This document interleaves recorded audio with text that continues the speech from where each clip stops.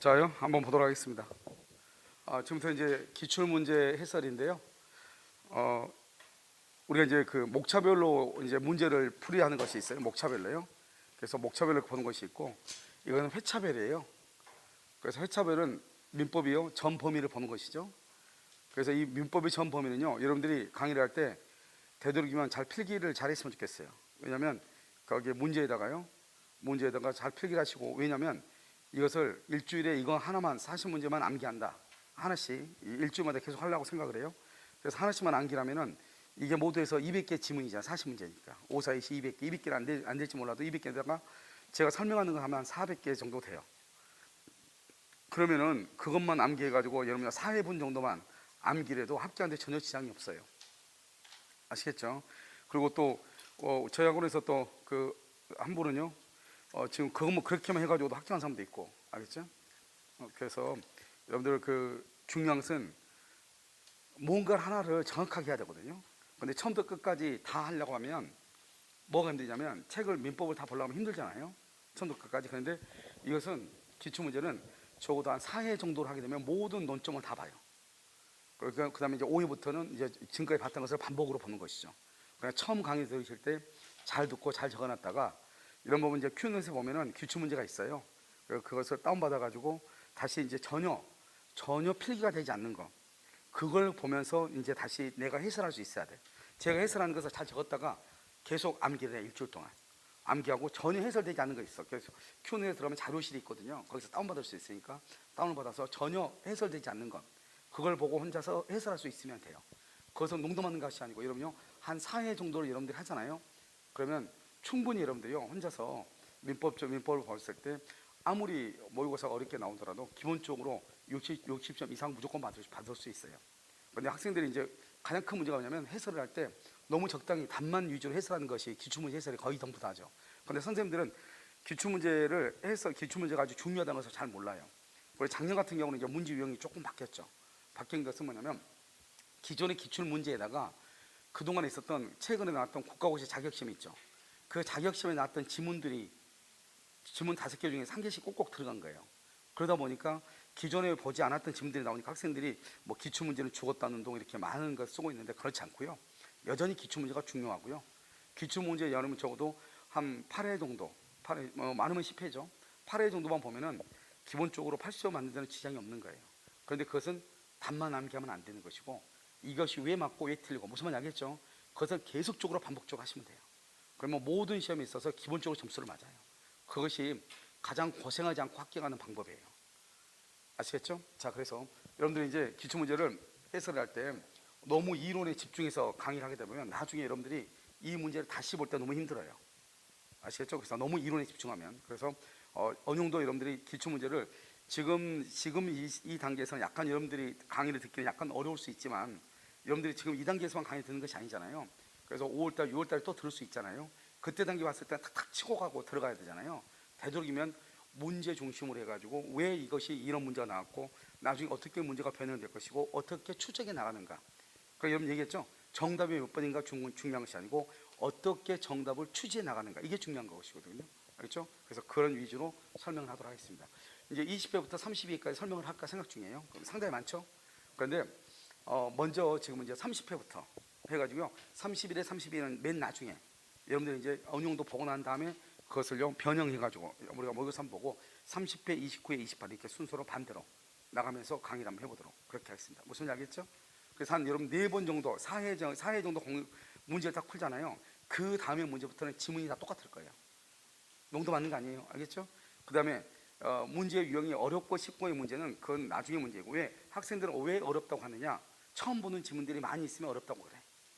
알겠죠? 기출문제 별로 없었던 지문, 그런 것은 이제 지금 이제 시험이 변호사 시험 쳤고, 그 다음에 변호사 시험 쳤고 시험을 쳤단 말이죠. 좀 있으면 이제 노무사 시험, 그 다음에 감사평가사, 그 다음에 행정사, 세무사 시험이 쭉 있어요.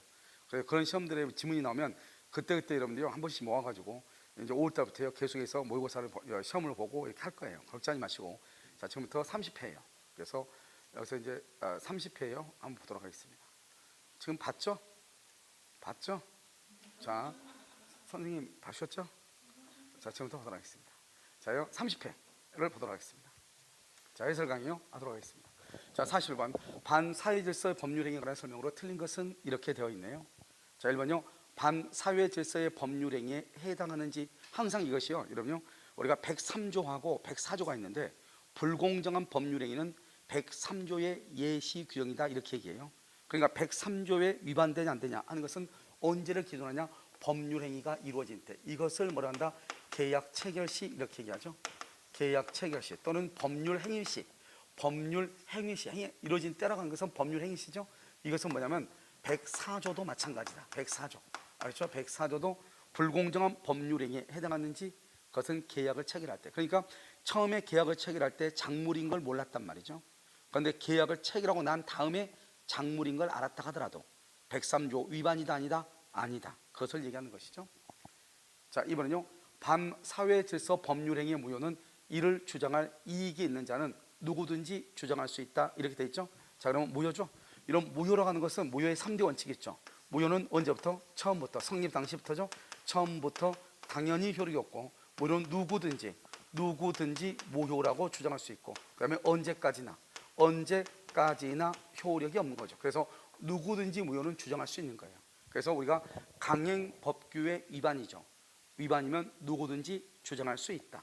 그래서 주장할 이익이 있는 자는 누구든지 주장할 수 있다 이렇게 돼 있죠. 누구든지 주장. 그래서 무효이기 때문에 그렇다 이런 말이죠. 아시겠죠? 자, 무효의 3대 원칙은 뭐라고? 처음부터, 그 다음에 누구든지, 언제까지나. 아시겠죠? 그래서 여러분요 우리가 무권대리에서 무슨 말이 나오죠? 무권대리임을 알면서 장기간 방치해도 추인이 된다 안 된다? 안 된다 이렇게 얘기를 하는 거예요. 3번 법률행위가 사회 질서에 반한다는 판단은 부단히 변칙하는 가치관념을 반영한다. 그래서 우리가요 이 가치관념이라는 것은 우리가 항상 여러분요 도덕적 기준 한번 봐봐요.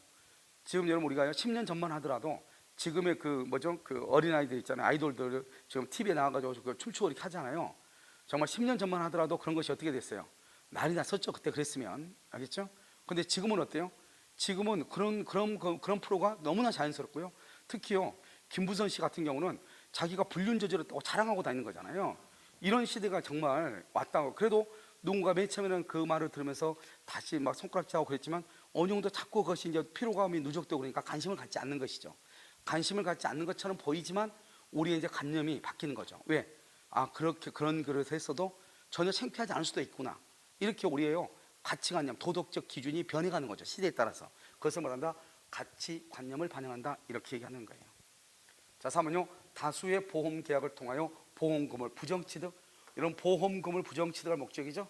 그래서 103조 위반이다. 그래서 사회질서 법률행위다 이렇게. 그 다음에 5번은요 대리인이 매도인의 배명에 적극가담이죠. 이런 봐 항상 여러분요 대리인이란 말이 딱 나오잖아요. 그럼 우리가 여기서 대리행위의 하자죠. 그럼 대리행위의 하자는 누구를 기준으로 한다?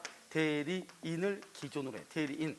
그런데요 만약에 본인을 기준으로 하려면 반드시 무슨 말이 있어야 돼요? 본인을 기준으로 하면 본인의 지시라는 말이 있어야 돼요. 본인의 지시. 본인의 지시라는 말이 있으면 이것은 누구를 기준으로 한다? 본인을 기준으로 판단한다 이 말이죠. 본인을 기준으로. 아시겠죠? 여기는요 대리인을 기준으로 판단한다 이렇게. 대리인이 매도인의 배명에 적극 가담이죠. 적극 가담하여 이루어진 부동산의 이중매매는 본인이 매수인이 이러한 사정을 몰랐다면, 본인이 매수인이죠. 본인인 매수인이 그러한 사정을 몰랐다. 그럼 본인을 기준으로 한다 안 한다? 안 하죠. 본인 필요 없어요. 그래서 항상 누구를 기준으로 한다? 대리인. 그래서 본인이 그걸 알든 모르든 관계없이 그것은 몇 조가 된다? 반사회질서 법률행위가 된다 이 말이죠. 그래서 대리행위의 하자는 누구를 기준으로 판단한다. 그것은 대리인을 기준으로 판단하고, 반드시 무슨 말이 있을 때? 본인의 지시라고 하는 말이 있을 때 그때만 누구를 기준으로 한다? 본인. 그럼 지금 여기에서는 본인인 매수인이 그러한 사정을 알든 모르든 따지 안 따져? 안 따진다. 누구를 기준으로 하니까? 대리인. 대리인이 뭐를 했다? 적극 가담했죠. 그러면 유효이다 무효이다? 무효이죠. 무효니까 권리를, 소유권을 취득할 수 있다 없다? 없다 이런 말이죠. 자, 그리고 정답 몇 번이죠? 5번이죠. 자, 42번은요 통정허위 표시죠. 자, 1번요 통정허위 표시가 성립하기 위해서는 진유와 표시의 불일치를 관하여 상대방과의 합의가 있어야 된다 이렇게 얘기했죠. 자, 그럼 봐봐. 항상 그래서 여러분요 우리가 강의를 할 때 가장 중요한 게 뭐냐면 일단 의사와 표시가 뭐를 해야 된다? 일치를 해야 되는데 일치하지 않다. 이것을 뭐라 한다? 의사의 흠결이다. 이렇게 얘기하죠. 의사의 흠결. 이것을 뭐라 한다? 의사와 표시의 불일치다. 이렇게 얘기하죠. 불일치. 의사 표시의 불일치. 이런 의사 표시 불일치를 표의자가 알고 했느냐 모르고 했느냐 이 말이죠. 알고 했느냐 모르고 했느냐. 표의자가 모르고 했다. 이것을 뭐라고 표현한다? 착오라고 얘기하는 것이고요. 만약에 알고 했는데 이때는 표의자만 알고 있느냐, 표의자만, 이것을 뭐라고 한다? 비진의 표시라고 얘기하는 것이고, 상대방의 양해, 상대방과 합의죠. 상대방의 양해가 있었느냐, 이것을 뭐라고 표현한다?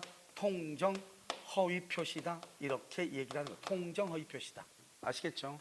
그래서 여기 보시면 지금 통정 허위 표시는 일단 진의가 뭐죠? 의사죠. 의사 표시의 불일치. 이 불일치를 뭐라고 한다? 의사의 흠결이라고 얘기하는 것이죠. 이러한 불일치에 관해서 상대방과 뭐가 있어야 돼? 합의란 것이 뭐다? 바로 양해가 있어야 된다. 이런 말이죠. 이것을 통정 허위 표시라고 하는 것이고, 상대방과 합의가 없는 것을 뭐라고 한다? 비진의 표시라고 얘기하는 거예요. 그래서 합의가 없다. 그것을 뭐라고 한다? 비진의 표시. 이렇게 얘기를 하는 거예요. 알겠죠? 그래서 이 내용을 우리가 기본적으로 알고 있어야 되고, 그래 봐. 지금부터 자, 착오란 말이 뭐냐? 착오라고 하는 것은 무엇을 착오냐? 첫 번째 의사 표시가 있어야 된다. 두 번째 그것이 불일치해야 된다. 그 불일치를 표의자가 모르고 있어야 된다. 그걸 착오라고 그래. 자, 비진의는 뭐냐? 의사 표시가 있어야 된다. 그것이 의사 표시가 불일치해야 된다. 그 불일치를 표의자가 알고 있어야 된다. 알고.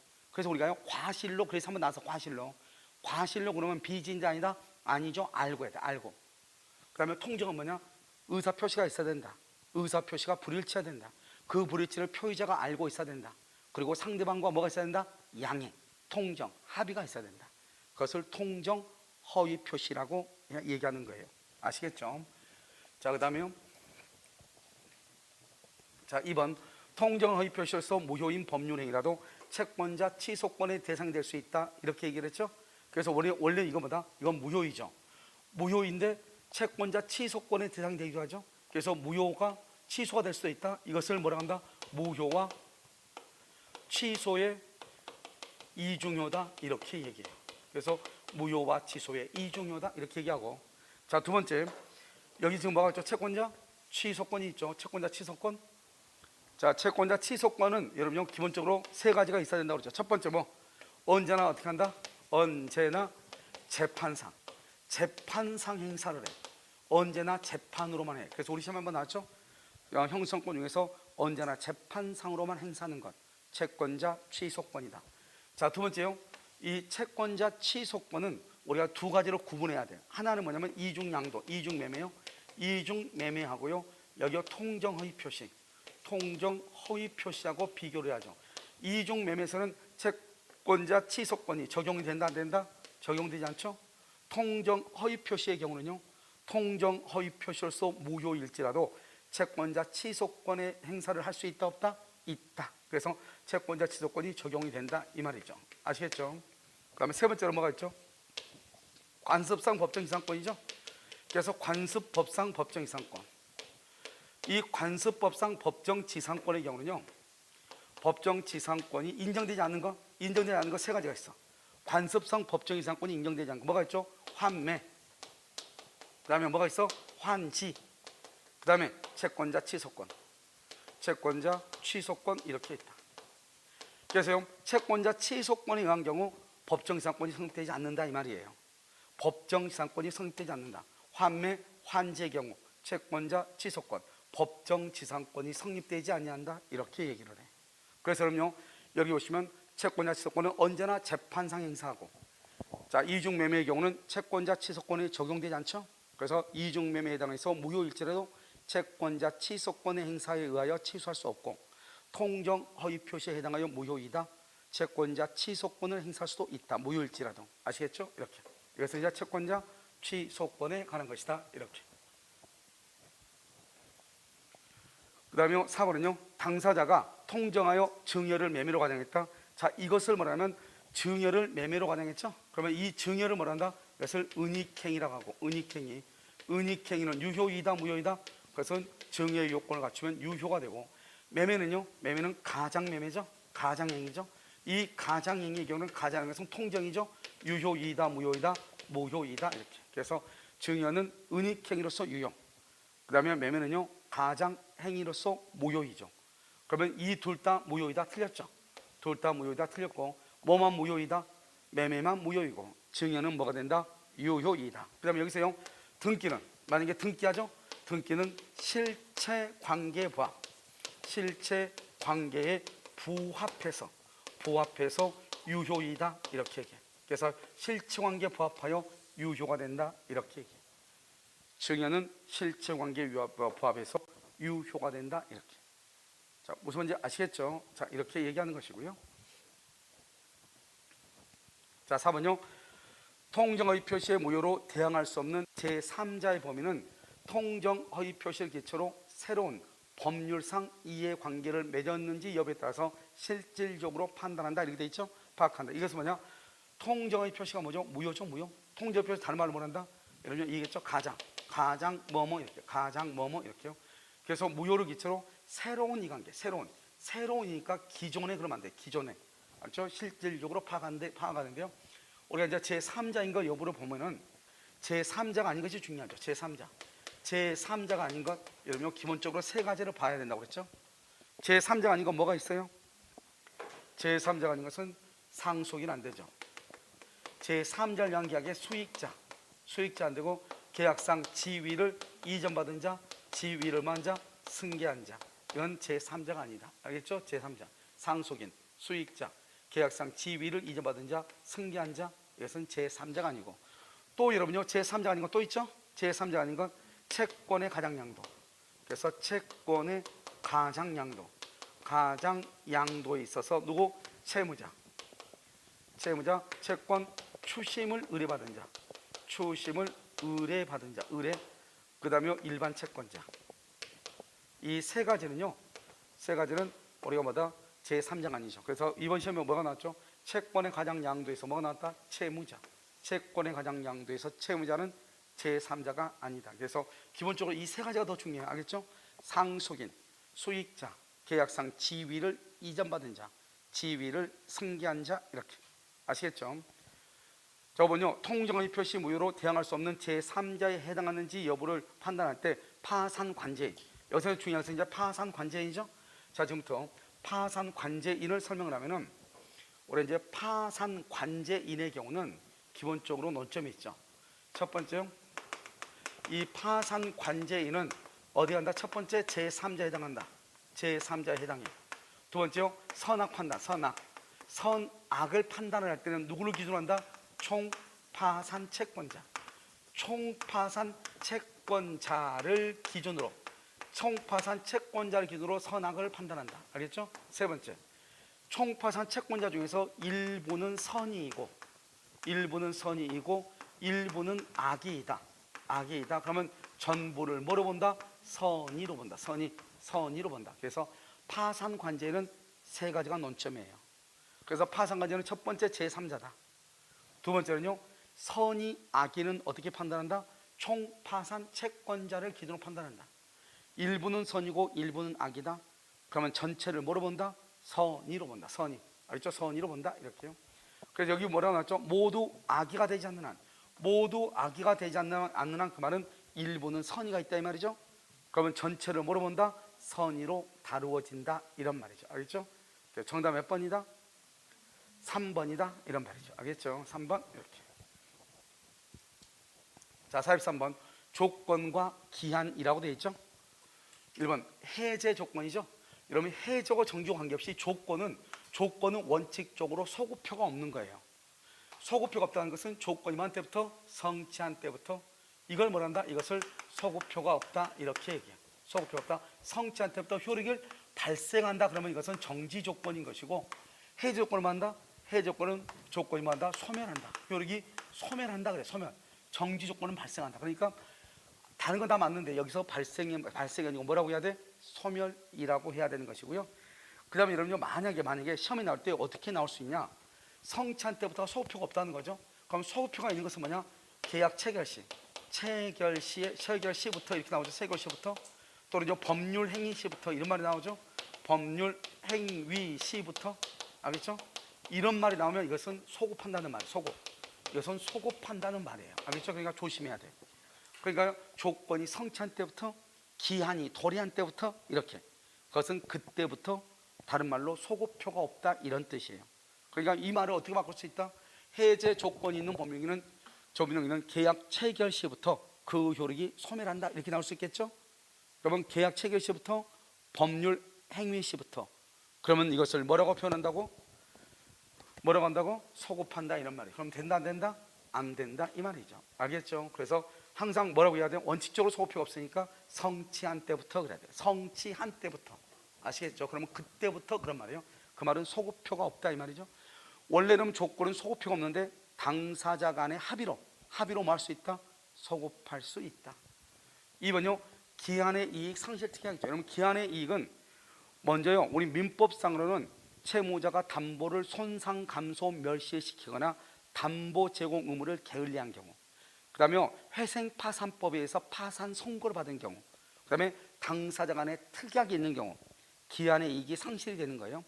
그런데 이때 기한의 이익 상실 특약은 두 가지가 있어. 기한의 상실 특약 두 가지. 하나는 뭐다? 하나는 뭐가 있어? 정지조건부. 정지조건부 기한의 이익 상실 특약이 있고, 하나는 뭐가 있다? 형성권적 기한의 이익 상실 특약 두 가지가 있죠. 그러면 정지조건부는 일정한 사유. 방금 내가 얘기했죠. 이 일정한 사유라고 하는 것은 일정한 사유. 이 일정한 사유라고 하는 것은 뭐를 얘기하는 것이냐? 담보를 손상 감소 멸시시켰다 이 말이죠. 이렇게 했을 때 정지조건부는 당연히 또는요 즉시 기한이 도래한다. 기한이 도래. 알았죠? 당연히 즉시 이렇게요. 그런데 형성권적은요, 채권자의 청구나 통지가 있어야, 또는 채권자의 뭐가 있어야? 의사표시가 있어야, 채권자의 의사행위가 있어야 기한이 도래한다 이 말이에요. 기한이 도래 이렇게 얘기합니다. 그럼 이 두 번째에서 어느 것인지 잘 모르겠다, 특별한 사정이 없으면 뭐로 추정한다? 형성권적으로 뭘 한다? 추정한다. 형성권적으로 추정한다. 그래서 여러분요, 여기는 뭐가 있다? 정지조건부하고 여기는요 형성권적하고 두 가지가 있잖아요. 정지조건부는 일정한 사유가 있죠. 일정한 사유. 그러면 당연히 기한이 도래한다. 채권자의 청구나 통지가 있어야 기한이 도래한다. 이렇게 두 가지로 나누죠. 그런데 여기서 보면 형성권은 뭐죠? 일방적 의사표시죠. 의사표시니까 말을 해야 될 거 아니에요. 그래서 여러분요, 이것을 연관시켜서 형성권적은 채권자의 청구나 통지, 의사표시, 의사행위가 있어야 된다 이렇게. 그런데 정지조건은 뭐죠? 조건이 성취하면 당연히 효력이 발생하죠. 그래서 당연히 또는 즉시 기한이 도래한다. 그러면 정지조건부. 어느 것인지가 잘 모르겠다. 그럼 판례를 뭐로 추정한다? 형성권적으로 추정한다.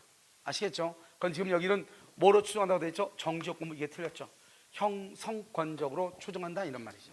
그래서 이 두 가지를 정확하게 구분해서 암기를 하셔야 돼요. 무슨 말인지 알겠죠? 그래서 기한의 상실은 정지조건부는 당연히 즉시, 형성권은요 의사표시니까 채권자의 청구나 통지, 채권자의 의사행위, 의사표시가 있어야 된다 이렇게. 그래서 정지조건부를 뭐로 바꿔야 된다? 형성권적으로 바꿔야 된다.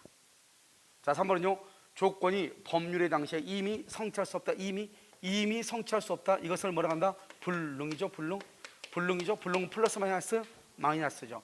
그 조건이 정지조건은 나중에 조건이 성취하면 뭐가 된다? 효력이 발생하죠. 효력이 발생하니까 뭐로 본다? 플러스로 보죠. 그래서 마이너스 플러스로 곱하면 뭐다? 마이너스니까 유효이다 무효이다? 무효. 이렇게 돼요. 무효. 그래서 무효. 그래서 우리가 성취할 수 없다. 불능은 마이너스. 이미 성취했다.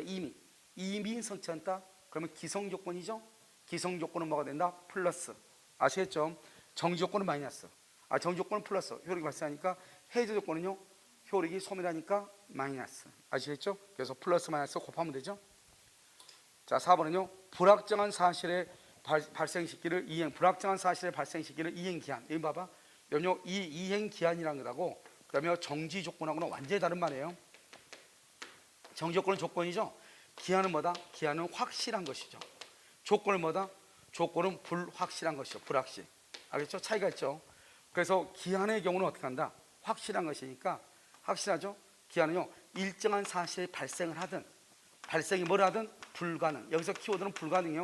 불가능해도 기한은 도래한다 이 말이죠. 기한은 도래한다. 도래한다. 이행기가 도래한다 이 말이죠. 기한은 도래한다 이 말. 기한은 도래. 그런데 여기요 정지 조건이죠. 정지 조건은 불확실이죠. 불확실한 것은 뭐다? 시험에 합격하면 차 사줄게 이 말이죠. 그런데 시험에 합격하면 차 사줄게 그랬는데 합격을 하지 않았어. 그러면 일정한 사실이 발생하지 않았다 이 말이죠. 그럼 차를 사준다 안 사준다? 안 사주죠. 이행을 하지 않아도 된다. 이런 것이면 이것을 정지 조건이라고 하는 거예요. 그러니까 여러분요 우리가 기한 그러면 확실하죠. 그러니까 기한은 반드시 이행을 해야 돼. 확실하니까. 그런데 조건은요 불확실해. 그러니까 조건이 성취가 돼야지 권리가 발생하는 것이죠. 그래서 여기서 보시면 이행 기한으로 정했다. 그 사실 불가능. 여기서 키워드죠. 불가능해도 여기가 기한이라고 되어 있죠. 기한.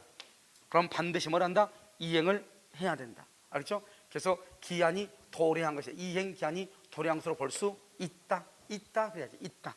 불가능해도. 그런데 우리가 생각했을 때는 불가능하니까 도래한 것으로 볼 수 없다. 그러면 이게 더 맞을 것 같이 보이잖아요. 알겠죠? 전혀 그렇지 않다고. 무슨 말인지 아시겠죠? 그래서 그럼요 여기를 잘 이해를 해야 돼. 그래서 그럼요 우리가 조건하고 기한하고를 전부 구분할 수 있어야 돼. 조건은 확실한 것이고 기한은 불확실한 것이고. 그래서 기한은 확실한 것이고 조건은 불확실한 것이고. 그래서요 조건은 정지 조건은 불확실하니까 일정한 사실이 발생하지 않으면 합격하지 않으면 이행하지 않아도 되고, 기한은 확실한 것이니까 반드시 이행을 해야 돼. 설령 그것이 일정한 사실이 발생하든지 발생이 불가능하든지 관계없이 일단 확실한 것이니까 그것은 뭘 한다? 이행을 해야 된다 이 말이죠. 이행. 그래서 우리가 기한하고 조건하고를 구별을 해야 돼. 아시겠죠? 자 5번 상계. 이러면 여기서 이제 상계가 뭐냐면 상계는 단독행위죠. 우리가 이제 단독행위하고 단독행위하고 그다음에 가족법상. 가족법상 행위에는 뭐를 붙일 수 없다? 시기가 뭐죠? 기한이죠. 기한이나 조건을 붙일 수 있다 없다? 없다. 조건이나 기한을 붙일 수가 없어요. 그런데 여기서 여러분요 한 가지 더 조심할 게 뭐냐면 현상 광고. 현상 광고를 뭐죠? 유상 편무 계약이죠. 현상 광고보다 계약이라고 해요. 계약. 계약에는 뭐 한다? 조건이나 기한을 붙일 수가 있다 없다? 있다. 그래서 조건과 기한을 붙일 수 있다. 현상 광고에는 조건과 기한을 붙일 수 있다. 이렇게 얘기를 해요. 좀 이해되셨죠? 그런데 지금 여기 상계는 우리가 상계는 누가 하죠? 채무자. 면제는 채권자가 하죠. 그런데 상계는 단독행위에서 조건이나 기한을 붙일 수 없지만 면제는요 채무자한테 유리하잖아요. 여기서 뭘 붙일 수 있다? 조건을 붙일 수 있어. 면제는. 상계는 안 돼. 그런데 면제는 조건을 붙일 수 있어. 현상 광고는 계약이야. 계약의 경우는 조건이나 기한을 붙일 수 있어요. 그래서 현상 광고에 조건이나 기한을 말 수 있다? 붙일 수 있다. 이렇게 얘기를 하는 것이에요. 무슨 말인지 알겠죠? 그런데 면제는 뭐 할 수 있다? 단독행위지만 조건을 붙일 수 있다. 왜? 상대방한테 유리하기 때문이다. 이런 말이죠. 자, 정답 몇 번이에요? 3번이요? 자, 44번이요. 갑은 을과 계약체, 매매책이란 매매계약에 대해서 적법한 해제 의사표시를 내용증명편. 여기 봐봐요. 내용증명이란 말이 중요하죠? 등기란 내용증명. 발송했다. 옳은 것은 1번 갑이 그 후 사망했다. 발송하고 나서 사망했다 이 말이죠. 우리가 발송하고 사망했다 할지라도 그 의사표시에는 아무런 영향이 있다 없다? 없죠. 그래서 효력을 잃는다가 아니고 을린다 가지고 나중에 사망 후 뭐를 하게 되면 도달하면 의사표시의 효력이 뭐하고? 효력이 발생하고 발생. 누가 책임을 지면 된다? 상속인이 책임을 지면 된다 이 말이죠. 알겠죠? 그 다음에 2번 을이 갑의 해제 의사표시를 실제로 알아야 이런 봐봐. 해제의 효력은 언제 발생하냐? 그것은 도달주의예요. 도달했을 때 해제 효력이 발생해. 그러면 도달이라고 하는 것은 뭐냐? 도달이라고 하는 것은 통지의 내용을 알 수 있는 객관적 상태에 놓여 있는 때 이렇게 얘기해. 그럼 여기서 봐봐요. 통지의 내용을 뭐 할 수 있는? 알 수 있는이죠. 그러니까 내용을 알 필요는 없어. 알아버리면 뭐가 된다? 알아버리면 요지주의가 돼. 만약에 알면 내용을 알죠. 알면 그것은 요지주의가 돼. 요지주의. 도달 아니고 요지주의가 된다고. 내용을 알면 알 필요가 없어. 그다음에 객관적 상태에 뭐한다? 놓여 있으면 돼. 놓여 있는 때. 놓여 있으면 돼. 그러니까 현실적으로 뭐 할 필요가 없어? 수령할 필요가 없어. 그래서 현실적으로 수령을 할 필요가 없다. 됐나요? 그냥 반드시 내가 받을 필요가 없다. 그래서 우리 집에 이제 단독주택이다. 우리 집에 우편함에 편지가 꽂혀 있거나 가족이 편지를 받으면 된다. 이런 말이죠. 그럼 이해되셨죠? 자, 그것을 얘기하고요. 그 다음에 여기서 내용을 알아야 여기가 틀렸죠? 자, 2번, 3번. 갑이 내용 증명 우편이 을에게 도달한 후, 도달했죠? 도달한 후에는 뭐 할 수 없다? 철회할 수 있다, 없다? 없다. 그럼 언제까지 철회한다? 도달하기 전까지. 후가 아니고 전까지. 전까지 뭐 할 수 있다? 철회할 수 있다. 전까지 철회할 수 있다. 이렇게. 4번은요, 갑의 내용 증명 우편이 반송되지 않았다. 그럼 어때요? 특별한 사유 없으면 그 무렵에 을에게 뭐가 됐다? 송달됐다. 그래서 반송되지 않았다? 그러면 송달되었다 이 말이죠. 이게 너무 뭐하고 달라요? 우리가 내용 증명 우편이나 무슨 우편이요? 등기 우편. 등기 우편의 경우는 반송되자면 송달된 것으로 보죠. 그런데 문제는 뭐냐면, 문제는요 이런 것이죠. 실제 거기다 뭐만 돼 있고? 전입신고. 전입신고만 돼 있고 실제 거주를 하지 않아. 실제 거주를 하지 않죠? 이런 경우는 도달로 본다, 안 본다? 안 본다. 이게 또 중요해. 그래서 우리가요, 반송되지 않았다 해서 무조건 도달로 보는 것이 아니고 전입신고만 돼 있어. 거기에 실제로는 거주하지 않아. 그럼 그건 도달 아니에요. 왜냐? 우리 민법상의 주소지라고 하는 것은 그것은 생활의 근거가 되는 곳, 생활의 근거가 되는 것이 민법상의 주소지이고, 전입신고지가 주소지가 아니에요. 그럼 전입신고지는 어디가 주소지냐? 그건 주민등록법상에 30일 이상을 거주할 목적이면 무조건 전입신고를 해야 돼요. 그러니까 전입신고는 주민등록법상의 주소지고, 우리 민법상의 주소지는 생활의 근거가 되는 곳이 민법상의 주소지예요. 그러니까 실제로 거기서 거주하지 않는다는 이 말은 생활의 근거다, 근거지다 아니다? 아니죠. 그래서 주소지가 아닌 곳으로 편지가 발송됐다 이 말이죠. 알겠죠? 그래서 도달로 보지 아니한다 이렇게. 5번은요, 갑의 내용 증명 우편이 을에게 도달한 후, 도달했죠? 을이, 봐봐, 을에게, 상대방이죠. 을이 상대방에 도달한 후에 을이 성렬의견 개시 심판을 받았죠? 그러면 효력을 잃지 않는 것이에요. 그럼 언제냐? 이러면요, 이건 조심해야 돼요. 이건 뭐냐면, 편지를 상대방이 상대방에게 도달할 때 이 사람이 제한 능력자야. 제한 능력자다 이 말이죠. 제한 능력자. 도달할 때 제한 능력자죠. 그럼 어떡한다? 도달을 뭐 할 수 없다? 주장할 수 없다 이 말이죠. 자, 그 다음에 여기 두 번째는요, 상대방의, 여기 똑같죠? 상대방에게 도달 후 제한 능력자가 됐다. 제한 능력자. 그럼 도달 후죠. 도달할 때는 제한 능력자였다 아니었다? 아니었죠. 그래서 도달 후에 제한 능력자가 됐죠. 그래도 의사표시에 뭘 한다? 효력이 뭐를 해? 발생하는 거예요. 이것은. 그러니까요, 편지가 상대방한테 도달할 때 얘가 제한 능력자, 미성년자였어. 그러면 뭐를 주장하지 못한다?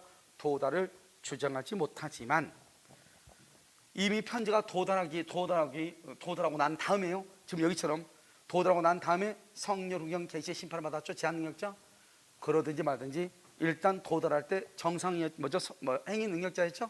그렇기 때문에 도달의 효력이 발생한다 이 말이죠. 효력을 잃는다. 틀린 것이에요. 정답 몇 번이다? 몇 번? 4번이죠. 자, 45번은요, 갑은 자신의 엑스 토지를 매도하기 위하여 을에게 대리권을 수여했다. 을이 지금 대리권을 수여했죠. 자, 1번, 을이 항전 후견 심판. 이러면 우리가 대리인이 대리권 소멸을 하려면 뭐가 있어야 돼요? 대리인이 대리권 소멸을 하려면 뭐가 있어야 돼? 첫 번째, 본인은 뭐? 본인은 사망. 본인은 사망 하나예요. 그다음에 대리인은 뭐가 다? 사망, 파산, 또 성년 후견 개시 심판. 성년 후견 개시 심판을 받아야 돼요. 성년 후견 개시. 여기 근데 뭐라고 그랬죠? 성년이 아니고 뭐라고 그랬어요? 한정 후견이지. 한정 후견은 대리권이 소멸한다 안 한다? 안 한다 이런 말이죠. 소멸하지 아니한다. 자, 이번요, 을은 갑의 허락이 있으면 갑을 대리하여 자신이 엑스 토지를 매수하는 계약을 말 수 있다? 체결할 수 있다 이렇게 돼 있죠. 잘 봐봐. 지금 보면 갑의 허락이란 말이 중요하죠. 그러면 갑을 대리하여 자신이 매수하자. 자신이란 말이 뭐죠? 대리인이 매수인이 된다 이 말이죠. 이것을 우리는 뭐란다? 자기 계약이라고 얘기하는 거죠. 그래서 대리인이 자기가 그 집을 사버려. 그런데 자기 계약 쌍방 대리는 허용이 된다 안 된다? 안 되죠. 어느 경우에 허용된다? 본인의 승낙. 알겠죠? 본인의 승낙이나 채무이행이죠. 그건 지금 여기는요 이미 갑에 뭐가 있다고 그랬어? 허락이 있다고 그랬죠? 그래서 자기 계약이 허용이 되죠. 그 계약을 체결할 수 있다 이 말이죠. 알겠죠?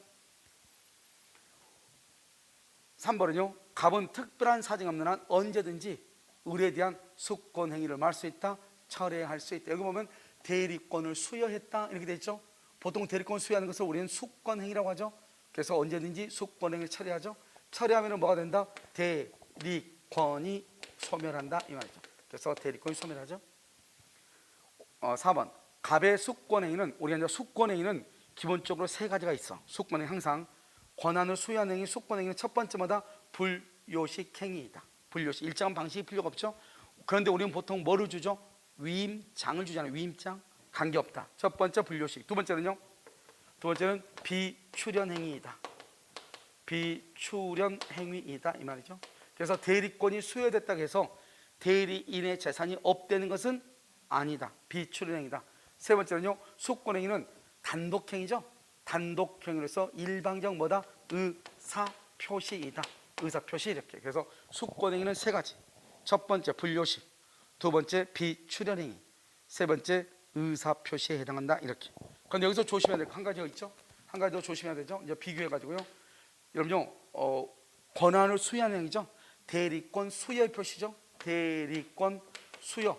대리권 수여가 수권이잖아요. 대리권 수여의 표시가 뭐다? 표시는 알린다는 거죠. 알린다. 대리권 수여했다고 알린다. 알린다는 것은 통지한다는 말이죠. 이것을 뭐라 한다? 관념의 통지다 이렇게 얘기해. 관념의 통지 이렇게. 그러니까 우리가 수권행위, 대리권 수여행위는 불요식이고 비출연행위고 의사표시인데 대리권 수여의 표시는 뭐다? 알린다. 그 다음에 통지한다. 그것은 관념의 통지다 이런 말이에요. 그래서 관념의 통지 이렇게 얘기를 하는 것이죠. 무슨 말인지 아시겠죠? 이렇게.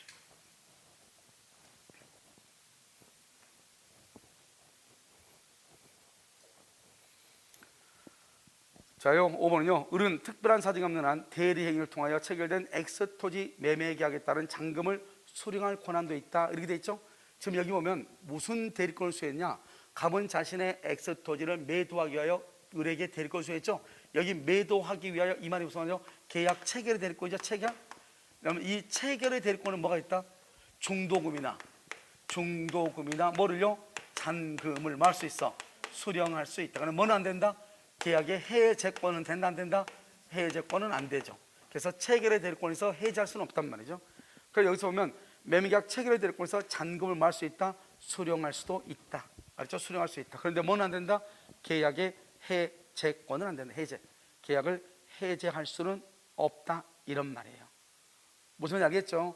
그 이것을 대리권에 가는 것이다 이렇게. 자, 정답 몇 번이에요? 몇 번? 1번 이렇게. 1번은 한정 후견 개시 심판의 경우는 대리권이 소멸한다 안 한다? 안 하죠. 성년 후견 개시 심판이 있어야 대리권이 소멸한다 이렇게. 자, 이제 46번은요.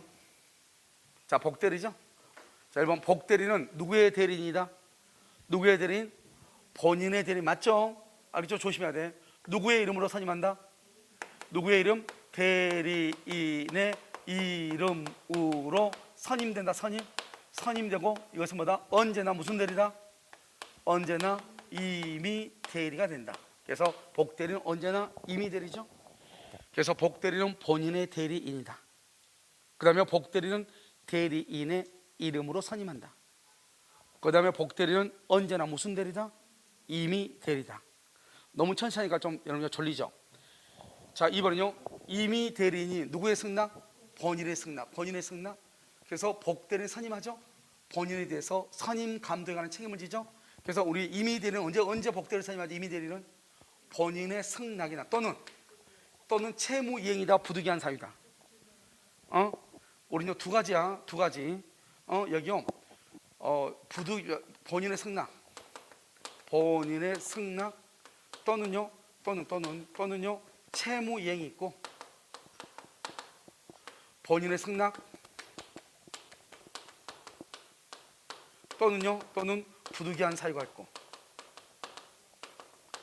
이 두 가지라고. 이 두 가지 알겠죠? 그래서 1번은 뭐고 2번은 뭐예요? 1번은 뭐고 2번은 뭐야? 본인의 승낙이나 채무 이행은 이거 뭐냐면 자기계약 쌍방대리 금지에서 나오는 것이고, 알겠죠? 본인의 승낙이나 부득이한 사유라는 것은 어디서 나온다? 임의 대리인이 복대리인을 선임할 때, 임의 대리인이 복대리인을 선임할 때. 그래서 본인의 승낙 부득이한 사유라고 그래. 자, 그럼 두 번째, 우리가 본인의 승낙이나 뭐다고? 부득이한 사유죠. 부득이한 사유 이렇게 나온다. 부득이한 사유. 이렇게 했을 때 복대리를 선임할 수 있다고. 임의 대리는. 여기서 문제. 여기요. 임의 대리는 부득이한 사유 없이 복대리를 선임할 수 있다 없다? 자, 임의 대리는 부득이한 사유 없이 복대리를 선임할 수 있어 없어? 부득이한 사유 없으면 복대리를 선임할 수 있어요 없어요? 부득이한 사유 없이 복대리는 선임할 수 있어요 없어요? 여러분 이렇게 자세하게 얘기하는 것도 드물 거예요 앞으로. 알겠죠? 복대리인 선임할 수 있어 없어? 선임할 수? 왜? 본인의 승낙이 있으면 되는 거잖아요. 승낙. 부득이한 둘 중에 하나니까 또는이니까. 그러니까 부득이한 사유가 없어도 복대를 선임할 수 있죠. 언제? 본인의 승낙이 있으면. 본인의 승낙. 두 번째, 본인의 승낙 없이 복대를 선임할 수 있어 없어? 본인의 승낙 없이는 선임할 수 있어 없어? 본인의 승낙 없이 복대를 선임할 수 있다 이 말이죠. 있다. 왜요? 본인의 승낙이 없어도. 언제예요?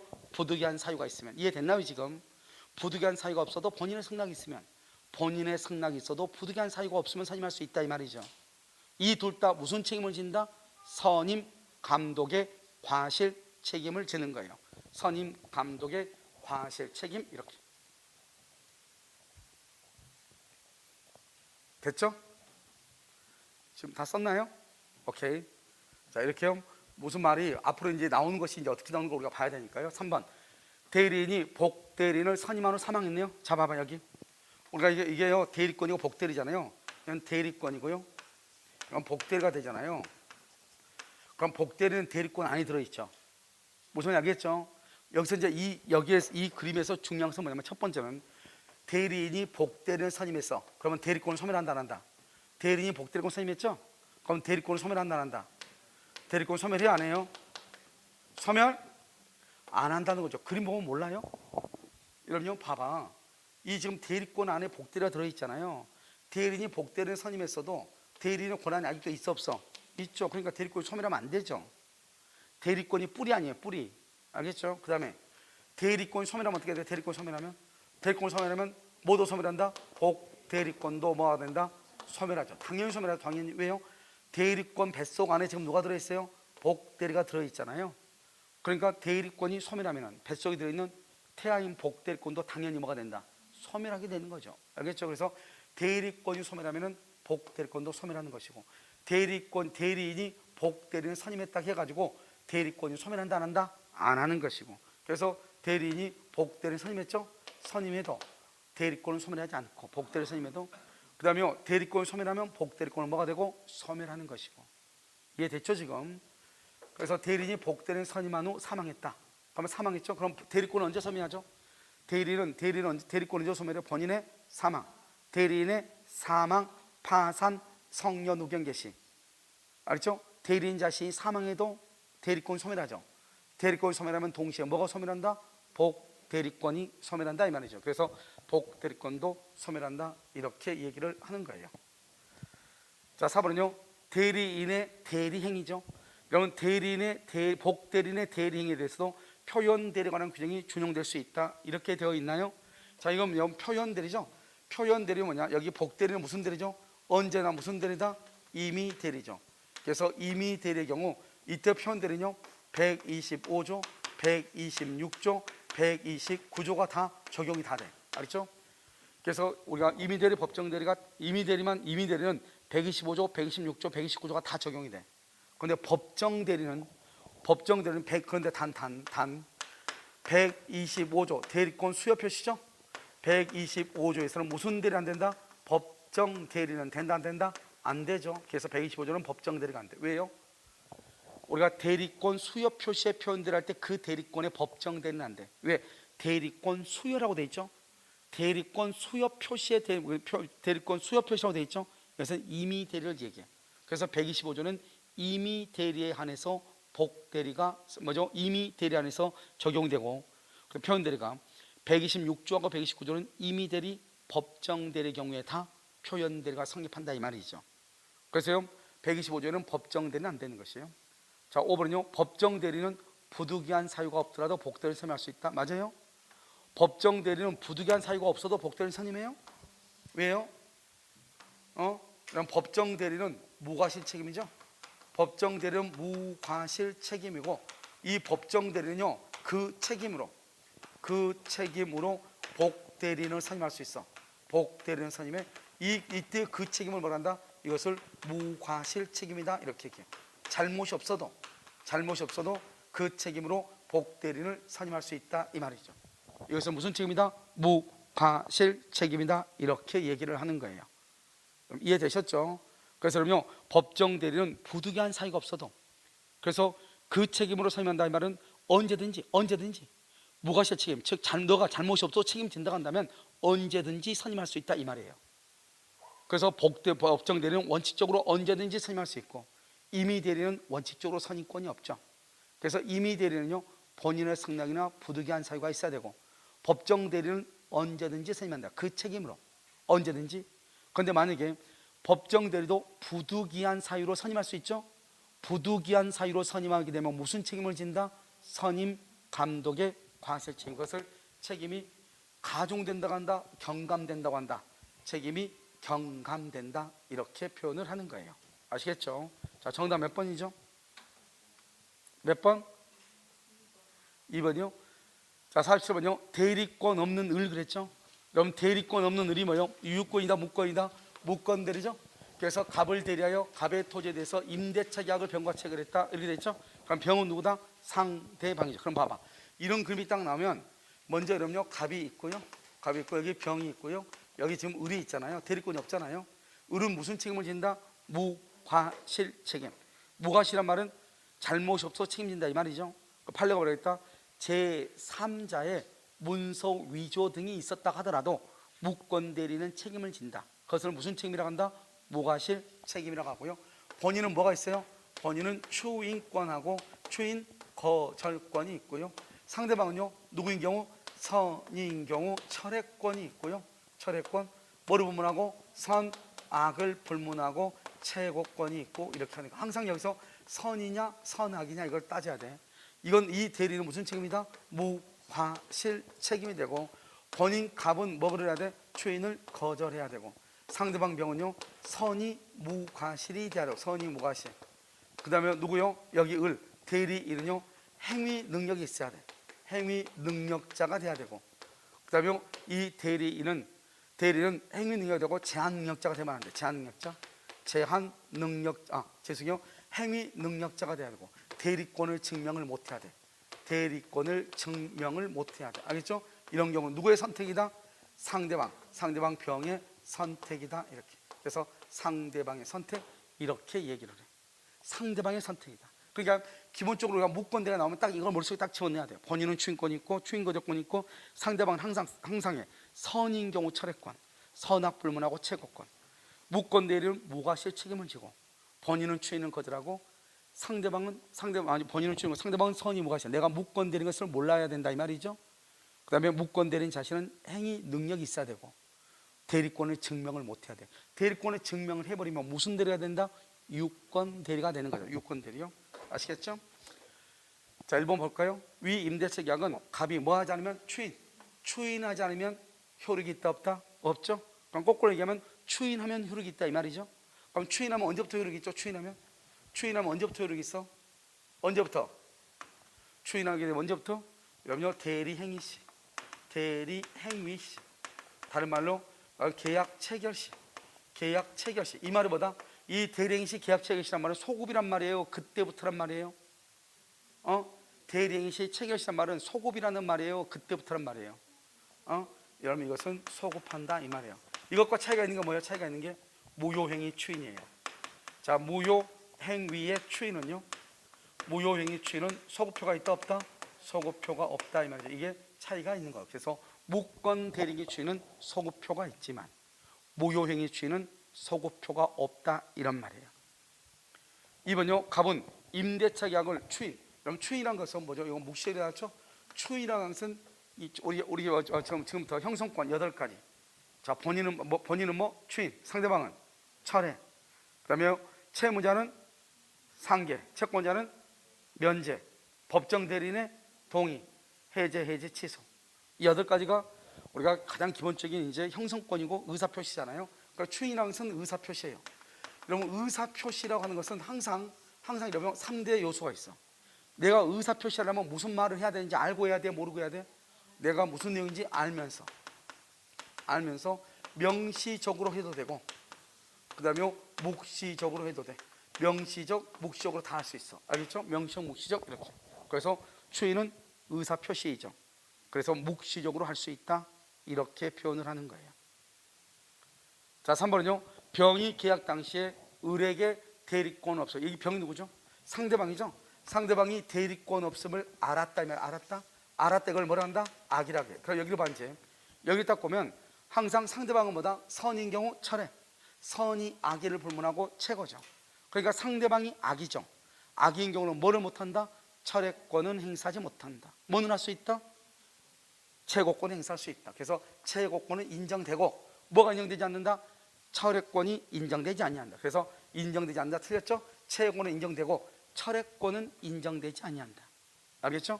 그래서 여기는 채권은 인정되고 뭐가 인정하나? 뭐가 인정하는데 철회권이 인정되지 않는다 이렇게 하지. 아시겠죠? 4번 갑이 임대 기간을 단축하여 임대차 계약을 추인했다. 여기 봐봐요. 기간을 단축해서 추인했죠? 자, 추인이란 건 뭐다? 추인은 일방적 의사 표시예요. 일방적이란 말은 상대방의 동의를 요하지 않는 거예요. 상대방의 동의를 요하지 않기 때문에 추인할 때는 조건을 붙일 수가 없는 거예요. 조건을 붙이면 안 돼. 그런데 여기서 단축하여 추인했단 말은 우리가요 일정 조건이나 변경을 했죠. 조건 안 되고 변경을 가면 안 돼. 변경을 가면 안 되는데 지금 여기는 뭐를 했어? 여기 단축하여 추인했다. 이 말은 변경을 가한 추인이죠. 변경을 가한 추인이죠. 이 변경을 가한 추인은 추인이다 아니다? 아니죠. 추인이 아닌데 누구의 동의했으면 상대방의 동의. 상대방이 반드시 동의가 있어야 유효가 돼. 상대방의 동의가 있어야 유효가 돼. 그래서 조건이나 변경을 가한 추인은 효력이 없는 거예요. 조건이나 변경을 가한 추인은 효력이 없는데 누구의 동의가 있으면 상대방의 동의가 있으면 유효이다 이런 말이에요. 무슨 말인지 아시겠죠? 그래서 여러분요 이것을 잘 그리고 이 임대차 기간을 단축했다는 말의 뜻이 뭐냐? 그것은 변경을 가해서 추인했다 이런 뜻이에요. 변경을 가해서 추인하면은 추인의 효력이 있어 없어? 없고 상대방의 동의가 있어야 된다 이 말이고요. 5번은요 갑이 추인하면 특별한 사정이 없는 임대차 계약은 언제요? 여기 봐봐. 계약시를 다른 말로 뭐라 한다? 대리행위시. 이 대리행위시란 말은 뭐다? 뭐를 해서 소급. 대리행위시란 말은 이것을 소급한다 이렇게 얘기해. 소급하여 효력이 생긴다. 맞는 말이죠? 우리가요 무효행위 추인, 무효행위의 추인은 소급표가 있다고 해서 없다고 해서 없다고 그랬죠? 그거 바로 무효행위 추인과 무권 대리행위 추인의 차이점이에요. 무슨 말인지 아시겠죠? 그래서 계약시, 대리행위시 이게 바로 뭐다? 소급이라는 말이다. 정답 몇 번이다? 3번 이렇게. 자 48번요. 자 여기 보면 우리가 이제 지금 뭘 가왔냐? 여기 이 박스라면 박스를 딱 봤을 때 우리가 뭘 할 수 있냐? 먼저 이런 문제가 딱 나오잖아요. 그러면 이 문제를 풀기 전에 이걸 딱 보고 그 다음에 어떻게 하느냐? 한 지문씩 보는 거예요. 그럼 아마 기억니은 디귿밖에 없나 봐요. 여기 보면 임의 대리죠. 자 첫 번째 대리인이 여러 명이다. 대리인이 여러 명이면 무슨 대리가 원칙이다? 각자 대리가 원칙. 각자 공동 대리가 아니고 대리인이 여러 명 수인이다. 각자 대리가 원칙이다. 이것은 여러분요 지금은 여러분이 헷갈릴지 모르지만 나중에 10월 달에 이걸 헷갈리는 사람은 단 한 명도 없어요. 알겠죠? 그러면 먼저 자기 잘못해서 틀린 것을 고르라고 그랬죠? 그래서 일단 뭐가 들어가? 기억이 다 들어가야 돼. 기억이 없으면 그거 무조건 다 빼는 거야. 기억이 없으면. 알겠죠? 기억이 있는 것만 찾아. 그러면 1번, 3번, 5번 셋 중에서 정답을 골라야지. 그래서 여러분요, 이런 말 하면 안 돼. 야, 이번에 올해는 몇 번이 정답으로 많이 나올 것 같아? 그러면 사람들, 학생들 아침에 와서 얘기해. 나는 모르면 무조건 2번 찍을 거야. 2번 찍으면 자살하는 거예요. 무슨 말인지 알겠죠? 그러니까 그렇게 하면 안 되고, 내가 정확하게 아는 것은 공지하고 나머지에서 찍어야지. 그러니까 항상 문제를 풀 때 요령이에요. 1번부터 이것이 맞는지 틀린지를 분석해 나가는 거예요. 내가 2번 잘 모르겠다, 5번 잘 모르겠다, 그러면 2번하고 5번 중에서 하나를 찍어야지. 아, 요즘은 나 대사가 3번이야 3번을 찍으면 어떻게 되는 거예요? 내년에 다시 보는 거예요. 그날부로 3번을 찍은과 동시에 365일이 더해지는 거예요. 무슨 말인지 알겠죠? 그러니까 어떻게 해야 돼? 먼저 시험을 볼 때 내가 정확하게 아는 것은 X하고 나머지에서 골라야 된다. 아시겠죠? 자, 두 번째, 권한을 정하지 않는 대리인이죠. 자, 보존행위는 뭐하고? 제한 없이. 여기서 이 만자가 들어가면 안 돼. 만자가. 자, 제한이 대리권 권한을 정하지 않는 것은 보존행위와 보존행위는 제한 없이 할 수 있어. 보존행위는요, 본인의 승낙이 필요 없어. 본인의 승낙이 필요가 없어. 보존행위와 그다음에 여기요, 성질이 변하지 않는 범위 내에서 무슨 행위? 이용과 계량, 이용행위, 계량행위를 할 수 있다. 알겠죠? 그런데 성질이 변하면 안 되니까 뭐는 안 된다? 예금을 인출해서 대여하는 거. 된다 안 된다? 안 되죠? 그래서 예금을 인출해서 대여하는 거, 이건 안 돼.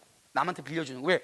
예금을 인출했다고 하는 것은 예금은 권리로 화체가 되어 있는 것인데, 그 권리로 화체가 되는 것을 내가 인출하면 물건으로 바뀌는 거잖아요. 성질이 바뀌어서 안 되는 거예요. 그래서 예금을 인출해서 대여하는 건 안 되는 거예요. 아시겠죠? 그래서 권한을 정하지 않은 대리는 무슨 행위만? 보존행위만. 그러면 안 돼. 보존행위만 그런 거 안 되고 보존행위를 할 수 있다 이거죠. 보존행위를. 알겠죠? 이것 때문에 나중에 자연스럽게 알게 돼. 하도 얘기하니까. 그런데 여기 이 보존행위는 뭐가 있냐? 미등기 부동산의 보존 등기하는 것. 그다음에 소멸시효를 뭐 하는 것? 중단을 시키는 것. 이런 것을 보존이다 이렇게 얘기해. 미등기 부동산에 대해서 보존 등기하는 것, 그다음에 소멸시효에 걸린 것을 중단을 시키는 것, 이것을 보존행위다 이렇게 얘기를 하는 거예요. 자, 니은도요, 모를 사람 한 사람도 없어. 그래서 틀린 것은 뭐죠? 니은이죠, 니은. 그래서 기억하고 니은이 둘 다 틀리죠. 그러면요, 여기서 일단 뭐가 돼야 돼요? 일단 기억이 틀린 것은 있으니까 맞는 것은 틀린 것은요, 기억하고 니은은 무조건 들어가야 돼. 기억 니은이 들어가지 않는 거 다 틀려. 정답 몇 번이다? 5번밖에 없잖아요. 디귿은 풀지 않아도. 알겠죠? 그런데 만약 이렇게 풀지 않고 자기 혼자 따라서 이제 풀게 되면 먼저 이걸 보지 않고 여기만 보다가는 나중에 낭패를 볼 수가 있어. 알겠죠? 자, 디귿은요, 유권 대리. 그럼 유권 대리는 뭐가 다 대리권이 있다는 거죠. 자, 무권 대리죠. 표현 대리는 무슨 대리죠? 표현 대리는 무권 대리죠. 무권 대리는 대리권이 있다 없다? 없다는 거죠. 너는 유권 대리다 이 말 속에 너는 표현 대리다 이 말이 포함될 수가 있다 없다? 없다. 유권 대리는 대리권이 있다는 것이고, 표현 대리는 무권 대리의 일종으로서 대리권이 없다는 뜻이니까 유권 대리라는 주장 속에 무권 대리에 속하는 표현 대리의 주장이 포함되어 있다고 볼 수가 없다. 이렇게 아시겠죠? 자, 그것을 얘기해. 정답 몇 번이다? 5번이다. 이렇게 아시겠죠? 자, 49번. 법정 추인이 인정되는 경우가 아닌 것은 그랬죠. 봐봐, 잘 봐. 법정 추인이죠. 법정 추인이 인정된다고 그랬죠. 추인이 인정된다는 말은 뭐하냐? 취소할 수 없는 것은 이 말이에요. 취소할 수 없는 것은 이 말이죠. 없는 것은 이 말은 똑같은 말이야. 왜? 우리가 여러분요, 추인한다는 말은 뭐냐? 추인한다고 하는 것은 취소권을 포기해서 취소할 수 없다는 말이고, 추인이 아니라고 하는 것은 뭐다? 그것은 취소할 수 있다는 거예요. 그래서 지금 여기 추인인 것은 그랬죠? 그러면 취소할 수 없는 것은 이거 똑같은 문제야. 똑같은 문제를 놔두고 말만 바꿔도 똑같다고. 그런데 추인이 되려면 반드시 무슨 말이 가장 중요하냐? 이 일을 보류하지 않았다. 이게 중요해. 그래서 이 일을 보류하지 않았다. 이 말은 돼 있죠? 그 다음에 우리가요, 법정 추인 사유는 모두 몇 가지가 있다? 6가지가 있죠. 6가지. 그 다음에 전부나 일부의 이행, 전부나 일부의 이행, 일부의 이행, 그 다음에 이행의 청구, 이행의 청구, 그 다음에 경계, 경계, 그 다음에 담보 제공, 전부나 일부의 양도, 그 다음에 강제 집행 이렇게 있잖아요. 강제 집행 이렇게요. 이 6가지 중에서 우리 6가지를 전, 이, 경, 담, 양도, 양, 강, 담양강, 담양강 이렇게 암기하라고 그랬죠. 뭐 개인적으로요, 인터넷으로 공부하신 분은 자기가 암기했던 형식 코드대로 암기하면 돼. 첫 번째 중요한 것은 법정 추인 사유가 6가지란 말이 첫 번째로 중요하고, 두 번째는 모든 게 다 추인이야. 근데 지금부터 추인이 아닌 것을 봐. 추인이 아닌 것은 이행의 총구하고 전부나 일부의 양도, 이 2가지는 상대방이 한 경우는 추인이 아니에요. 이것은 추인이 아니야. 이것은 추인이 아니야. 그냥 상대방이 이행 총구하거나 상대방이 양도한 경우는 추인이 아니라고. 재밌는 말은 뭐냐면, 상대방이 이행을 청구했단 말은 치속 권자가 이행의 청구를 받았다 이 말이잖아요. 그럼 이런 봐봐. 이걸 먼저 하기 전에 우리가 치속 권자가 누구고 상대방이 누군지를 정확하게 알아야 돼. 예를 들어서 갑이 있고 여기 을이 있잖아요. 을이 갑을 기망을 했다. 기망. 그럼 뭐란다? 이 갑을 뭐란다? 갑을 치속 권자라고 그래. 이게 정확하지 않으면 큰일 나. 이 사기를 친 사람을 상대방이라고 해. 사기를 친 사람을. 알겠죠? 그러니까 여기서는 이 상대방 을이요, 을이 이행을 청구한다, 을이 양도한다, 그러면 추인이 아니다 이 말이지. 그러면 을이 이행을 청구했단 말은 누구한테 이행을 청구했단 말이에요? 치속 권자한테 이행을 청구했다 이 말이죠. 그러면 치속 권자는 을의 상대방의 이행의 청구를 뭘 했다? 받았다는 거죠. 그러니까요, 상대방이 이행을 청구했다 이 말은 치속 권자가 이행의 청구를 받았다 이 말하고 똑같아. 알겠죠? 자, 두 번째, 이 2가지는 절대로 안 돼요. 가장 중요하고. 두 번째, 전부나 일부의 이행이에요. 이 전부나 일부의 이행을 상대방이 전부나 일부를 이행하죠. 상대방이 하면 이건 추인이 아니에요. 이건 추인이 아니에요.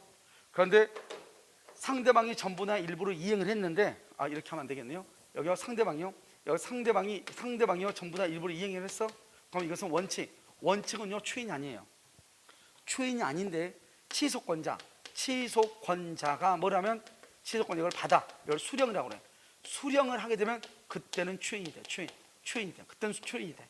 그러니까요, 전부나 일부의 이행을 상대방이 전부나 일부를 이행하면 추인이 아니에요. 추인이 아니라는 것은 여전히 뭐 할 수 있다? 취소할 수 있다 이 말이에요. 그런데 치속권자가 상대방이 이행한 것을 치속권자가 받았어, 수령. 그러면 추인이에요. 추인은 뭘 할 수 없다? 취소할 수 없다. 상대방 이행 청구, 상대방이 이행을 청구했다는 말은 누가 이행의 청구를 받았어요? 치속권자가 이행 청구를 받았죠. 그건 추인이 아니에요. 추인이 아니라고 하는 것은 뭐예요? 여전히 뭐 할 수 있다? 취소할 수 있다 이 말이에요. 알겠죠? 그러니까요, 이 3가지만 딱 보면 돼. 이행의 청구와 전부나 일부의 양도는, 이행의 청구와 전부나 일부의 양도는 상대방이 한 경우는 추인이 아니고, 나머지 치속권자가 어쩌고저쩌고 나오죠? 다 추인이야. 알겠죠? 딱 이 2가지만, 상대방이 이행 청구, 상대방이 양도한 경우만 추인이 아니다. 그런데 또 한 가지 중요한 것은 여기 맨 위에 전부나 일부의 이행이라고 되어 있어요. 이 전부나 일부의 이행은 상대방이 이행을 하면 추인이 아니에요. 치속권자가 이행하면 추인이야. 상대방이 이행하면 추인이 아니라고. 그런데 상대방이 이행을 했는데 치속권자가 그걸 받아, 이행하니까 받아, 수령이라고 그래. 그러면 그걸 뭐라고 한다? 추인이다 이런 말이에요. 그럼 이해되셨나요? 자, 그럼 다시 한번 여기 어떤 것인가. 자, 항상 여기 봐봐. 5가지 다 놓고 봐. 5가지 다 놓고 보면 누가 했나를 보라고 그랬죠 지금. 누가 했는지. 그럼 여기서 치속권자가 누군지를 봐야 되는데, 여기 보면 다 뭐라 나왔죠? 여기에 치속권자가 상대방이, 여기에 치속권자가, 여기에 치단 권리를 치속권자가 이렇게 돼 있죠. 그렇게 돼 있나요? 그래서 여러분요, 여기서 이제 보는 거예요. 여기서 해놓고 치속권자가 이행했어. 치속권자가 이행. 여기는 아까 내가 상대방이 이행한 경우 추인이 아니라고 그랬죠. 나머지는 다 추인이라고 그랬죠. 그러니까 치속권자가 하면 다 추인이야. 치속권자가 담보 제공 추인이야. 여기요, 치소할 수 있는 행위로 치단 권리를 치속권자가 양도, 치속권자가 양도, 상대방이 양도하면 추인이 아니에요. 치속권자가 양도하면 추인이야. 상대방이 양도하면 추인이 아니라고. 여기는 치속권자가 경계를 했다. 경계. 치속권자가, 그러니까 치속권자가 하는 건 다 추인이야. 그런데 아까 내가 뭐라고 그랬죠? 상대방이 이행을 청구했어. 그 말은 누가 이행의 청구를 받았다? 치속권자가 이행의 청구를 받았다. 알겠죠? 그래서 여기 봐봐요. 상대방이 취소권자에게 이행을 청구했다. 취소권자에게 이행을 청구했다. 이 말은 다른 말로 취소권자가 이행 청구를 뭐한 경우? 받은 경우죠. 받은 경우 이건 추인이다 아니다? 아니다. 추인이 아니다. 그래서 딱 세 가지 말하면 돼. 법정 추인은 법정 추인 가지고 어렵다고 뭐라고 말하지 말고, 첫 번째 법정 추인은 이의 보류가 없어야 돼. 이 말이 중요해. 자, 두 번째는 상대방이 이행 청구, 상대방이 양도. 추인이다 아니다? 아니다. 그런데 또 한 가지는 상대방이 이행을 청구했단 말은 누가 이행의 청구를 받았다? 취소권자가 이행의 청구를 받았다. 전부나 일부의 이행, 상대방이 이행했다. 상대방 이행, 추인이 아니고 취소권자가 뭘 해야 된다? 수령. 나머지는 무조건, 그것은 이 세 가지만 빼고 나머지는 무조건 다 뭐다? 추인이다. 이렇게 보시면 돼. 알겠죠? 나머지는 다 뭐다? 추인이다. 그래서 여기 있는 것을 잘 정리하시면 돼. 끝이야. 취소권, 법정 추인은. 아시겠죠? 세상에서 제일 쉬운 게 보너스 문제가 법정 추인이에요. 알겠죠? 그 다음에 법정 추인에서 한 가지 조심해야 될 게 뭐예요? 우리가 추인이라고 하는 것은 뭐를 할 수 없다? 취소할 수 없다. 그러니까 똑같은 문제야. 이게 똑같은 문제예요. 이 똑같은 문제를 갖고 다음 중에서 법정 추인이 인정되는 경우가 아니라고 그랬네. 법정 추인이 아닌 거죠? 추인이 아니라는 것은 여전히 뭐 할 수 있다? 취소할 수 있다. 그래서 여기서 딱 문제가 다음 중에서 취소할 수 있는 것은 이 말이에요. 취소할 수 있는 것은 그러면 여전히 지금 뭐가 아니어야 돼? 추인이 아닌 것을 찾으면 돼. 추인이 아닌 것, 그러니까 상대방이 이행 청구, 상대방이 이행 청구, 추인이 아니죠. 추인이 아니니까 여전히 뭐 할 수 있다? 취소할 수 있다. 이런 뜻이에요. 이해되셨죠 지금? 그냥 똑같은 문제를 놓고 두 가지로의 문제가 나온다고. 됐나요 지금? 알겠죠? 이렇게. 물론 다 된 것 같지는 않은 사람도 있는 것 같아요. 자, 갑은 토지거래허가 구역내에 있는 그 소유 X토지에 대해서 을과 매매계약을 체결하였다. 이렇게 되어 있죠? 자, 그 다음에 비록 이 계약이 토지거래 허가를 받지 않았으나 확정적으로 무효가 아닌 경우, 다음 설명중 틀린 것은 이렇게 되죠? 확정적으로 무효가 아니단 말이에요. 무슨 말이죠? 그러면 현재 유동적 무효인 상태다. 그러니까요, 갑과 을이 계약을 했잖아요. 자, 그러면 1번요. 위 계약은 유동적 무효죠. 확정적 무효. 자, 확정적 무효는 5가지가 있어. 뭐가 있죠? 확정적 무효는 5가지. 첫 번째 뭐가 있어요? 제가 얘기할게요. 오늘은 비 오니까요. 불허가 처분. 그럼 이것을 한꺼번에요. 다 암기하면 힘들어. 그러니까 제가 얘기했죠. 설명한 건 이번 주에는 이것만 딱 암기하는 거예요. 무슨 알겠죠? 그러면 지금 쓴 걸 쭉 보면요, 거의 한 400개, 500개가 되겠죠. 그럼 이건 엄청난 거예요. 그래서 내가 그냥 혼자 들으려면 암기하면 안 돼. 이걸 강의를 듣고 암기하는 건 아무것도 아니에요. 자, 그 다음에 불허가 처분. 그 다음에 쌍방이 협력 거절 의사를 표시했다. 협력하지 않으면 허가가 안 나오니까요. 그 다음에 처음부터 허가를 뭐라 하거나 배제하거나 잠탈한다. 그래서 배제나 잠탈 이렇게 처음부터 허가를 배제하거나 잠탈하려고 하는 경우. 알겠죠? 그 다음에 여기 정지조건부로 토지거래 허가 구역 내 토지에 대해서 계약을 했는데 이것이 처음부터 그 조건이 성취할 수 없어. 조건이 성취할 수 없는 경우. 알겠죠? 정지 조건부로 계약했는데 플러스죠. 성취할 수 없다 그러면 뭐요? 성취할 수 없다 불능이니까 마이너스죠. 플러스 마이너스 곱하면 뭐가 돼요? 마이너스 무효가 되죠. 토지거래 허가 구역이요. 허가 구역 내 토지에 대해서 뭘 했다? 중간 생략 등기했다. 중간 생략 등기. 딱 이렇게 하면 딱 보면 되는 거예요. 자, 허가 구역은 뭐다? 토지거래 허가는 강행 규정 효력 요건이죠. 그래서 효력 규정이니까 허가가 없으면 마이너스죠. 중간 생략 등기는 뭐예요? 단속 규정이죠. 단속 규정이니까 유효니까 플러스죠. 마이너스 플러스로 곱하면 뭐가 된다? 마이너스 무효. 여기 플러스 하면 안 되겠네요. 여러분 헷갈리니까요. 곱하기로 해야 되면 곱하기요. 이렇게 하면 곱하기. 정지조건은 효력이 발생하니까 플러스. 성취할 수 없는 것은요 마이너스. 알죠? 정지조건은 발생하니까 플러스.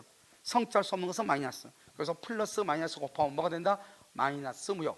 토지거래 허가 구역은 효력 요건이죠. 그래서 효력이 없으면 무효 마이너스. 그 다음에 여기 중간 생략 등기는 뭐가 된다? 플러스. 알겠죠? 마이너스 플러스 곱하면 뭐가 된다? 마이너스 무효. 간단하죠? 그래서 확정적 무효가 이걸 5가지 얘기해요. 근데 유동적 무효가 두 번째, 을이 계약 내용에 따른 채무를 이행하지 않더라도, 그래서 이를 이유로 계약을 뭐 할 수 없다? 해지할 수 없다. 그렇게 되어 있죠. 다시 봐. 자, 그럼 유동적 무효죠.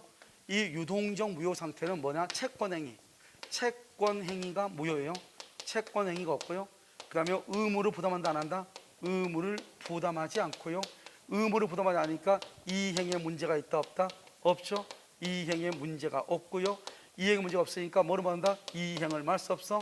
청구할 수가 없고요. 이행을 청구를 못하니까 무슨 말이 없다? 채무 불이행이 없다. 채무 불이행이 없다. 계약을 마지 못한다. 해제하지 못한다. 해제할 수 없다. 이게 한 세트야. 이게 한 세트. 이게 여러분 어디 나오냐? 여러분 그림 노트 보면 첫 페이지에 나오는 말이에요. 이게 알겠죠? 첫 페이지 그림 노트 민법 촉지.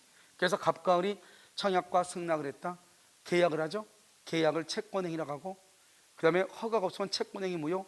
그럼 채권행위가 무효니까 의무가 없고, 의무가 없으니까 이행에 문제가 없고, 그래서 이행을 청구하지 못하고, 이행을 청구하지 못하니까 상대방이 불행한다 할지라도 채무 불행이 아니고 계약을 말 수 없다.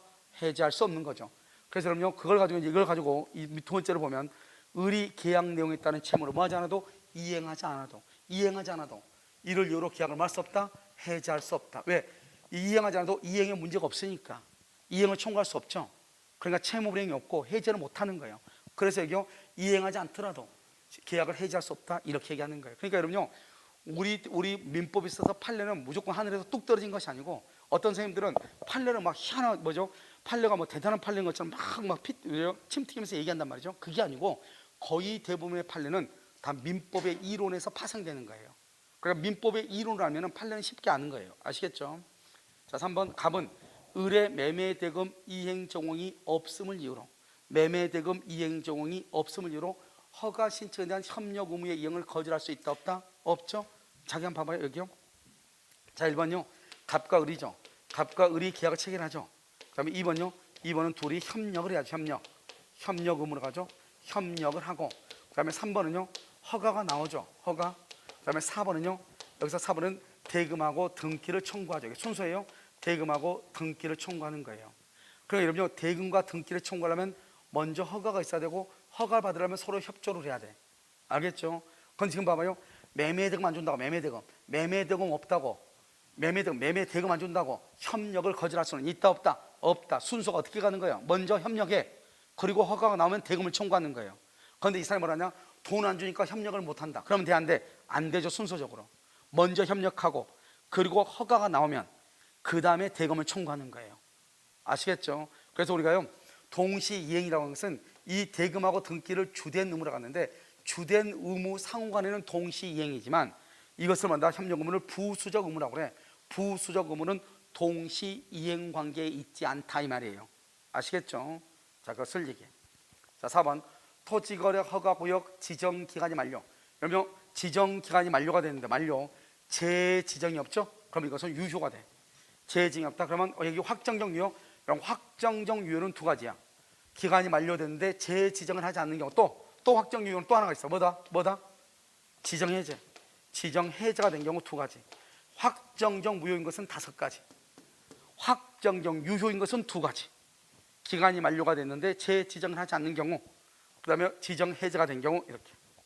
5번째, 5번 을이 병에게 X 토지를 전매하고 병이 자신과 갑을 매매 당사자라는 허가를 받아 갑으로부터 곧바로 등기를 넘겨받았다. 그러면 이게 뭐예요? 이게 지금 갑을 병이 있는데 을이 병에게 토지를 전매하고, 병이라는 사람이 그러면 최종 양수이죠. 병이 누구하고? 최초 갑하고 매매 당사로 해서 허가를 받았다. 이 말의 뜻이 뭐예요?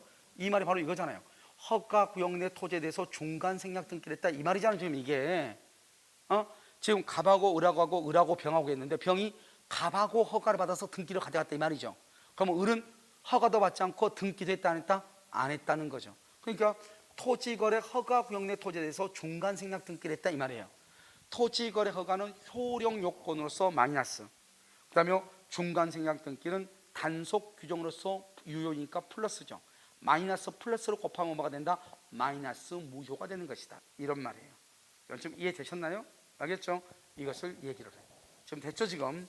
자, 그렇게도 되고, 이것은 어떻게 해야 되냐? 여러분요, 이 허가 구역이라고 하는 것은 이것은 강행 규정이에요. 허가를 받지 않으면 절대로 안 돼요. 그러니까 어떻게 해야 된다? 갑하고 을하고 허가를 받아야 되고, 갑하고 을하고, 을하고 병하고 허가를 받아야 돼요. 허가. 알겠죠? 이렇게 허가를 받아야 된다. 그런데 중간 생략 등기라게 되면 어떻게 돼요? 가운데 있는 사람 허가 받아 안 받아? 안 받고, 지금 여기 있잖아요. 갑하고 병하고 직접 허가 받죠? 직접 허가를 받아서 등기를 했다 이 말이잖아요. 그러면 갑하고 을하고 병하고는 허가가 있어 없어? 없죠? 그럼 이것은 강행 규정에 위반돼서 무조건 무효가 되는 것이에요. 알겠죠? 이렇게 이해를 해도 되고, 그렇지 않고 어떻게 이해를 한다? 우리가 허가 구역은 효력 요건이다. 중간 생략 등기는 단속 규정이다. 효력 규정이다. 좀 터지거려가는 중간 생략 등기는 단속 규정이다. 단속 규정을 위반하면 유효이고 효력 규정을 위반하면 무효이다. 그러니까 효력 규정을 위반했으니까 무효니까 마이너스, 단속 규정을 위반하면 유효이다 플러스, 그래서 마이너스 플러스를 곱하면 뭐가 된다? 마이너스 무효가 된다. 이렇게 암기하고 이해해도 되고, 그렇지 않고 그림을 이해해도 되고. 강행 규정은 절대 다른 합의가 안 되잖아요. 그러니까 갑하고 을하고 반드시 허가를 받고 을하고 병하고 반드시 허가를 받아야 되는데, 둘이는 허가를 받지 않고 갑하고 병하고 직접 허가를 받아서 병 앞으로 등기했다. 된다 안 된다? 안 된다. 무슨 규정 위반이다? 강행 규정 위반으로서 유효이다 무효이다? 무효이다. 이렇게 얘기를 하는 거예요.